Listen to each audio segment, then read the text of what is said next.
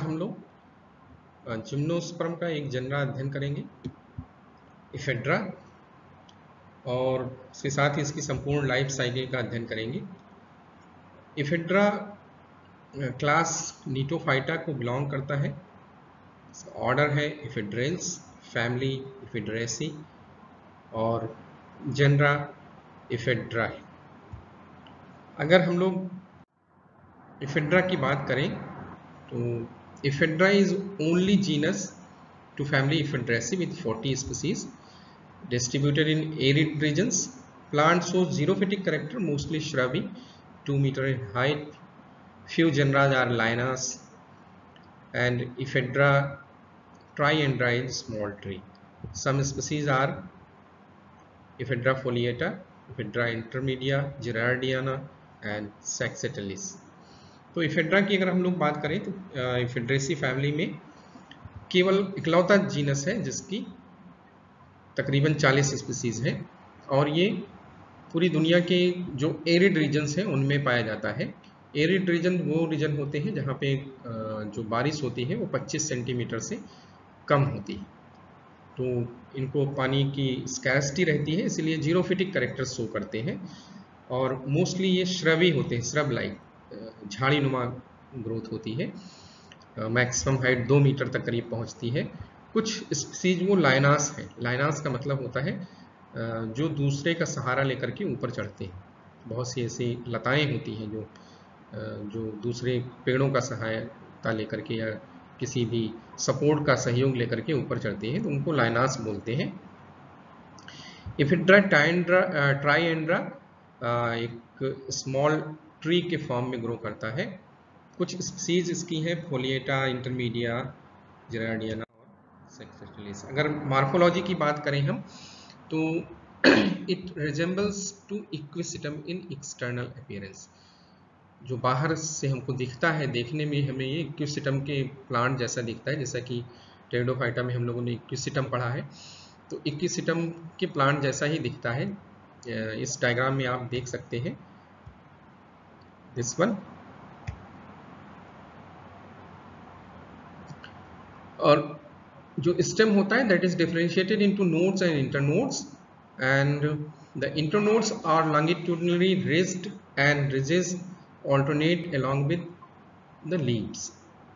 तो स्टेम जो होता है नोड्स और इंटरनोड्स में डिफरेंशिएटेड होता है और स्टेम पे रिजेस एंड फरोज पाई जाती हैं या डिप्रेशंस पाए जाते हैं, और जो लीव्स होती हैं वो रिजेस को ऑल्टरनेट करती हैं, मतलब कि जो फरो वाला पोर्शन होता है वहाँ पे लीफ प्रेजेंट होती है। शूट दो तरह के होते हैं, डॉर्क शूट और लॉन्ग शूट। लॉन्ग शूट पे लीफ होल्स या गुच्छों में डेवलप करती हैं। 3 के होल्स में 3 लीफ होती हैं और वो नोड को चारों तरफ से घेरे हुए होती है। और जो डॉर्क शूट होता है उसमें जो लीफ होती हैं वो अपोजिट होती है, एक दूसरे के उल्टे होती हैं और नीचे की तरफ वो जो है फ्यूज होती हैं, जिससे कि वो स्टेम को स्ट्रेंथ प्रोवाइड करती हैं। चूंकि लीफ वेल डेवलप्ड नहीं होती हैं, वेल डेवलप्ड लीफ नहीं पाई जाती है इसमें, तो बेसिकली जो फोटोसिंथेसिस का फंक्शन है वो स्टेम परफॉर्म करता है। यदि हम लोग एनाटॉमी की बात करें, अगर यंग स्टेम का सेक्शन काट कर देखते हैं तो स्टेम सर्कुलर आउटलाइन शो करता है, बट रिजेस एंड फरोज दिखते हैं। दीज आर रिजेस, और ये डिप्रेशन वाला पार्ट जो गहरा है थोड़ा सा, ये फरोज है। तो इस तरह से वेब लाइक मार्जिन दिखती है। और यदि हम बाहर की तरफ से देखना शुरू करें तो सबसे बाहरी कवरिंग जो होती है that is of epidermis. Epidermis जो होती है उस पर क्यूटिकल होती है या वैक्सी लेयर होती है, so that it is heavily cuticularized. Then epidermis is interrupted by stomata. Stomata से जगह जगह पे स्टोमेटा प्रेजेंट होते हैं, उससे जो है ये एपिडर्मिस ब्रेक होती है। स्टोमेटा जो होता है वो संकन स्टोमेटा होता है। ये करेक्टरिस्टिक होती है जो जीरोफिटिक प्लांट होते हैं उनकी करेक्टरिस्टिक होती है।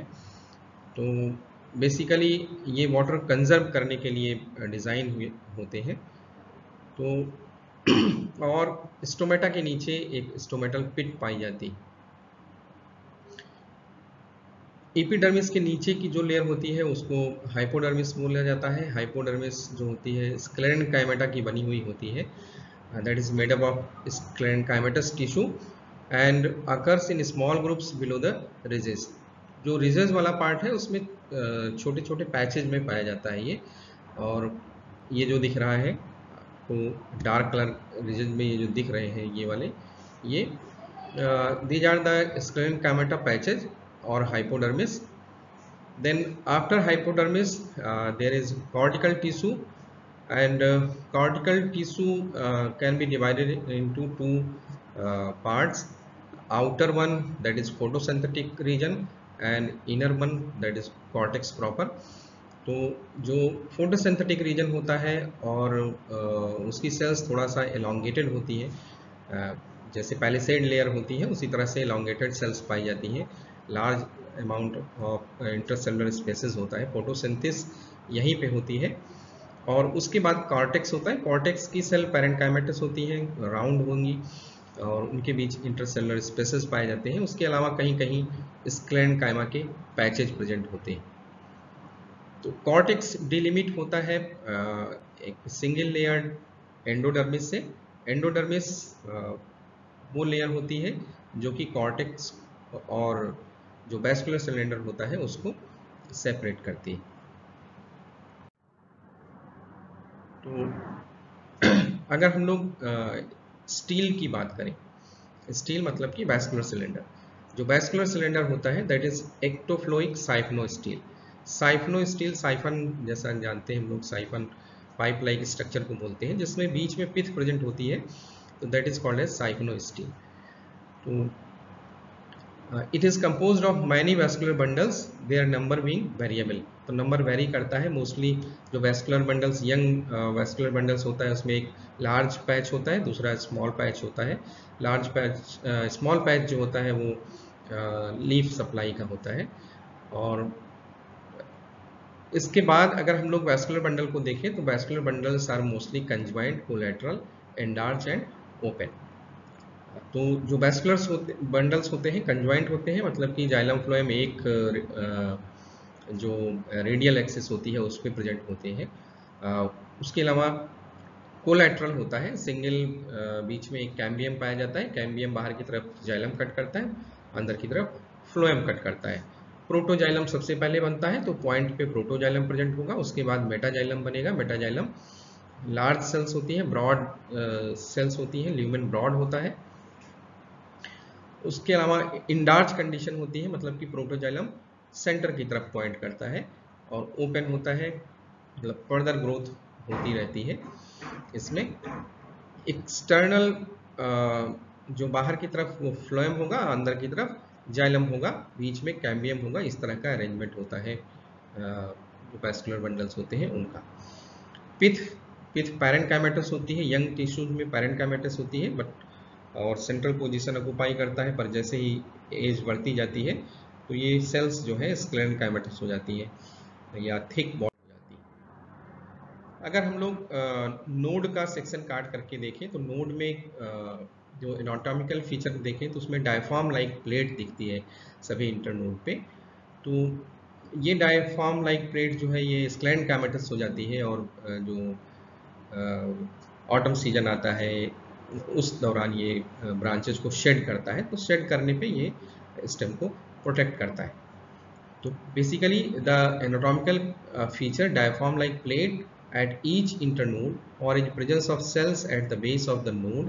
This helps plant to shed off the branches at the node. तो इसका मेन पर्पज यही होता है कि ये जब ब्रांचेज शेड ऑफ होती हैं तो इस नोड को प्रोटेक्ट करें।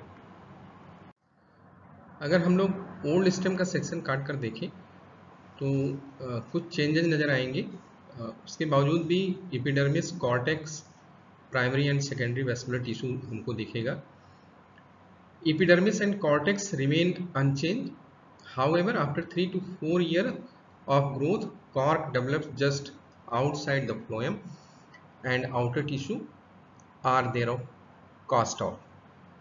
बेसिकली होता क्या है कि एपिडर्मिस और कॉर्टेक्स रिमेन इंटैक्ट रहते हैं, ऐसे ही रहते हैं। ये बहुत ज़्यादा पुराना पौधा ना हुआ हो, 1 से 2 साल का हो, तो उसमें एपिडर्मिस और कॉर्टेक्स देखने को मिलते हैं।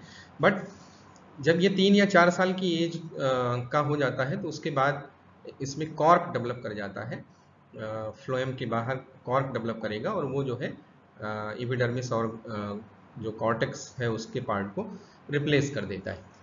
उसके अलावा स्क्लेरोटिक सेल्स डेवलप करती हैं जो कि सेकेंडरी टिश्यू के जस्ट ऊपर होती हैं। The primary phloem occurs as obliterated patches. तो जो प्राइमरी फ्लोएम होता है बेसिकली उसको सेकेंडरी फ्लोएम रिप्लेस कर देता है और प्राइमरी फ्लोएम जो है वो पैचेज के रूप में क्रस्ट फॉर्म में ऊपर की तरफ या बाहर की तरफ दिखता है। Then secondary phloem forms zone below. Phloem is composed of seed tubes, phloem parenchyma and albuminous cells are also present. तो सेकेंडरी फ्लोएम क्या होता है कि कॉर्टेक्स के बाद जो एंडोडर्मिस के बाद वाली पार्ट होती है, क्योंकि सेकेंडरी ग्रोथ में एंडोडर्मिस डिस्ट्रॉय हो जाती है, उसके बाद फिर फ्लोएम नज़र आता है। तो सेकेंडरी फ्लोएम दिखेगा कॉर्टेक्स के बाद। और जो सेकेंडरी फ्लोएम होता है वो basically seed tubes, phloem parenchyma और एल्बुमिनस सेल से बना हुआ होता है। जो ओल्ड स्टेम की खासियत होती है कि उसमें एनुअल रिंग्स दिखती हैं। एनुअल रिंग्स क्या होती हैं? Annual rings are distinct comprising autumn and spring wood. These are formed in secondary xylem. तो बेसिकली सेकेंडरी जाइलम का जब डेवलपमेंट होता है तो 1 साल में 2 बार ग्रोथ होती है और एक ऑटम वुड कहलाते हैं, दूसरा स्प्रिंग वुड कहलाता है। दोनों मिल करके एक कंप्लीट रिंग का फॉर्मेशन करते हैं। The secondary xylem shows thin walled spring wood and thick walled autumn wood. तो स्प्रिंग वुड जो होती है वो थिन वॉल्ड होगी और ऑटम वुड जो होती है वो थिक वॉल्ड होती है। उसकी सेल्स जो है थिक वॉल्ड होती है, उसमें लिग्निन, सुबेरिन और इस तरह के केमिकल्स का डिपोजिशन होता है। और autumn wood is made of a smaller cell while those of spring wood are bigger in size. So this is the basic difference in autumn and spring wood, that जो autumn wood होती है वो smaller cell की बनी होती है और spring wood larger cell की बनी हुई होती है। और अगर हम सेक्शन के डिटेल में जाएं और जाइलम सेल्स को देखें, जाइलम को देखें, तो जो ट्रैकिडियल सेल्स होती हैं they form secondary would and इस सेकेंडरी वुड में वेसल्स प्रेजेंट होती हैं। दो absence of vessels is characteristic of gymnosperm, ephedra itself is an exception. तो वेसल सेल्स जो होती हैं वो जिम्नोस्पर्म की खासियत नहीं होती है, ये एंजियोस्पर्मिक कैरेक्टर है जो कि इफेड्रा में केवल पाई जाती है। तो इफेड्रा जो है वो एक्सेप्शन है जिम्नोस्पर्मस वुड के जो एक्सेप्शंस हैं उनमें आता है, क्योंकि वेसल्स जो खासियत होती है वो एंजियोस्पर्म की है और जिम्नोस्पर्म में नहीं पाई जाती। Vessels are most evident in spring wood and few or none at all in autumn wood. Spring wood is often ring porous. Spring wood को रिंग पोरस कहते हैं क्योंकि उनमें वेसल्स पाई जाती हैं, जबकि ऑटम वुड में बहुत ही कम या ना के बराबर वेसल्स पाई जाती हैं। The tracheids and vessels have uniseriately irregularly distributed bordered pits. Protoxylem elements of primary xylem show spiral, annular और reticulate tracheids. तो जो प्रोटोजाइलम एलिमेंट होता है उनमें जो वॉल की थिकनिंग होती है that is basically spiral shape में होगा या रिंग शेप में होगा, एनुलर जिसको बोलते हैं, या रेटिकुलेट नेट लाइक पैटर्न लेते हुए वॉल की थिकनिंग पाई जाती है। उसके अलावा ट्रैकिड और वेसल्स में बॉर्डर्ड पिट्स पाई जाती हैं जो कि जिनका अरेंजमेंट या तो यूनिसेरिएट होता है, एक लाइन में होगा, या इररेगुलर अरेंजमेंट होता है। Then medullary rays traverse the would.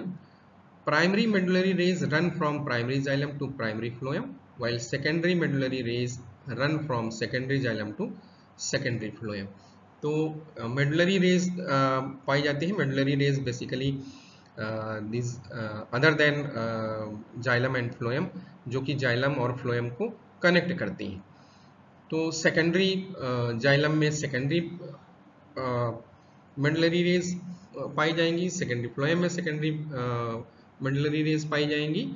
Medullary rays are uniseriate in young stem but are very broad and long multiseriate in old stem.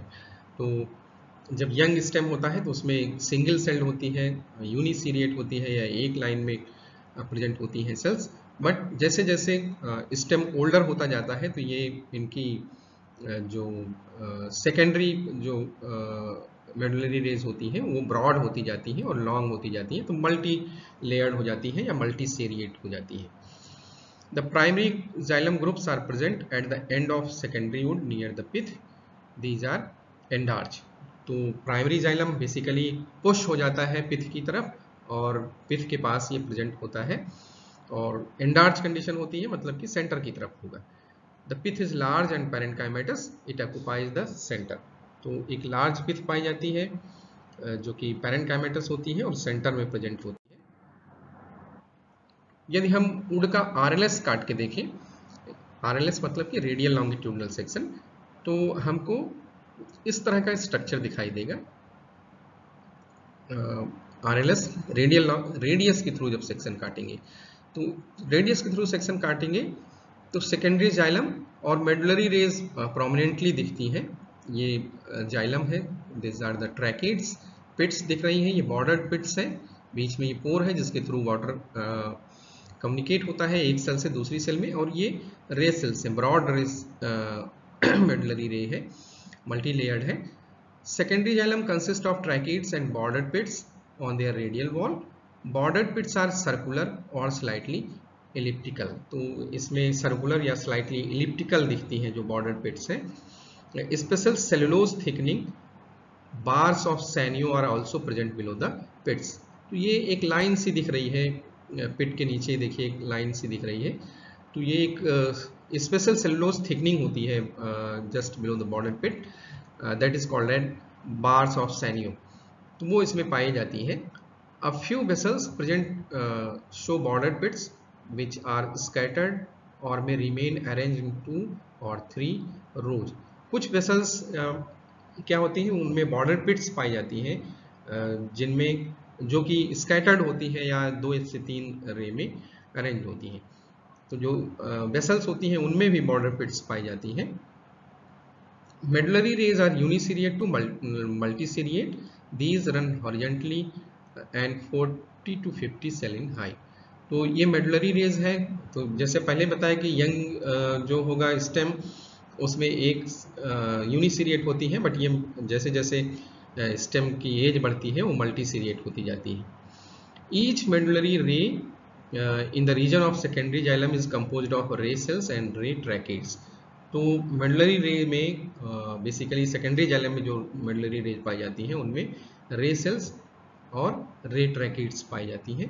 तो ये रे सेल्स हैं, these are the ray cells and these are the ray ट्रैकेड्स।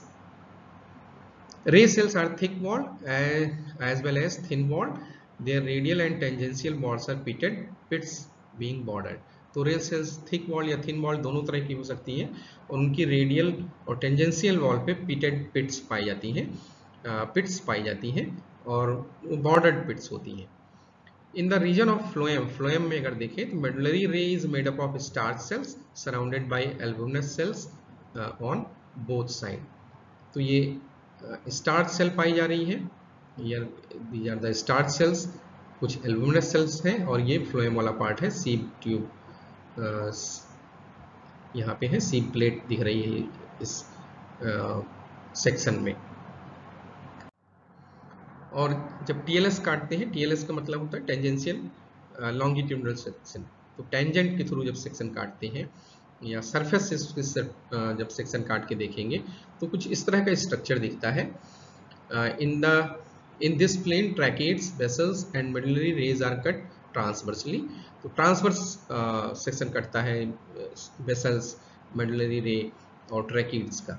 Border pits are seen in surface view surface view में border pits दिख रही हैं, ये देखिए border pits है, these are the border pits. The border pits show usual overarching dome shaped structure and a small disc torus. तो यहाँ पे देखिए ये जो पिट्स दिख रही हैं इनके अंदर डोम शेप्ड स्ट्रक्चर दिखता है, overarching dome shaped structure ये जो दिख रहा है यहाँ पे, this overarching dome shaped structure. उसके बीच में देखिए एक सर्कुलर स्ट्रक्चर दिख रहा है, बीच में यहाँ पे एक सर्कुलर स्ट्रक्चर दिख रहा है इस गैप के बीच में, that is called as torus, जो कि वाटर के मूवमेंट को रेगुलेट करता है। Medullary rays are transversely cut and such their height and breadth can be determined.